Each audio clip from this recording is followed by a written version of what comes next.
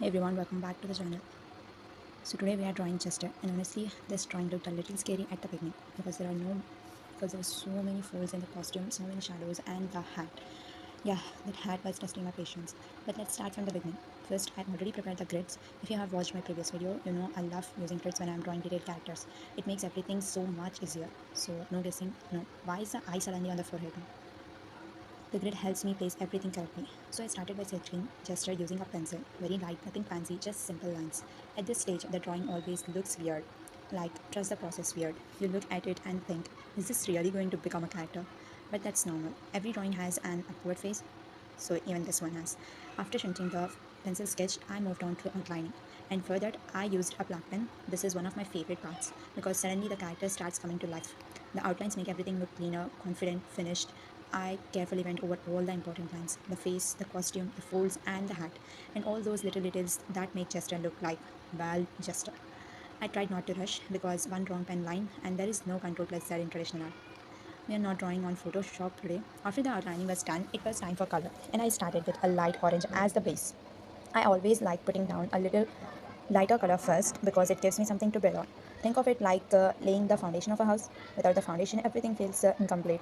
So I covered the orange areas carefully, slowly building the character. At this point, Chester was finally starting to look recognizable, and honestly, that moment feels so satisfying.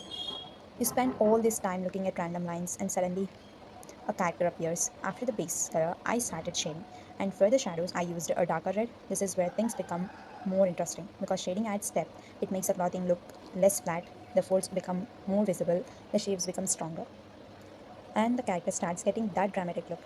I focused on the areas where natural shadows would fall, around the folds, near the edges, and in the deeper parts of the costume, layer by layer, slowly, without rush. Sometimes shading is like having a conversation with the drawing. You add a little, look at it, and a little more, and look again, and keep adjusting until it feels right. Then came the dark areas. For those, I used a charcoal pencil, and wow, charcoal really changes everything. The blacks become richer, darker, more dramatic. Exactly what I need for this piece. I used the charcoal pencil on the dark sections of the costume and other shadow areas, and immediately the contrast improved. The orange becomes brighter, the red became stronger, everything started standing out more. That's one thing that I love about charcoal. It adds so much depth. Even a small amount can completely transform a drawing. While working on those dark areas, I kept blending and adjusting the shadows, trying to create a balance between the colors, not too dark, not too light, just enough to make just a pop up from the page. And little by little, the drawing came together. The sketch became line art, the line art became color, and the color became a finished character. That's honestly one of my favorite things about drawing. Watching something appear from a blank sheet of paper, it's kind of magical. A few hours earlier, there was nothing here, just an empty page. And now there is a complete character staring back at me. Pretty cool, right? And here is the final result. The story is finally complete. I really enjoyed working on this one. The colors were fun, the shadows were too fun, and even though some parts were challenging, I think the final drawing turned out great. And let me know what you think. And tell me which character I should draw next. Maybe another fantasy character, maybe an anime character, or maybe something completely different. Something completely different. We will see you in the next one. Bye. Jane.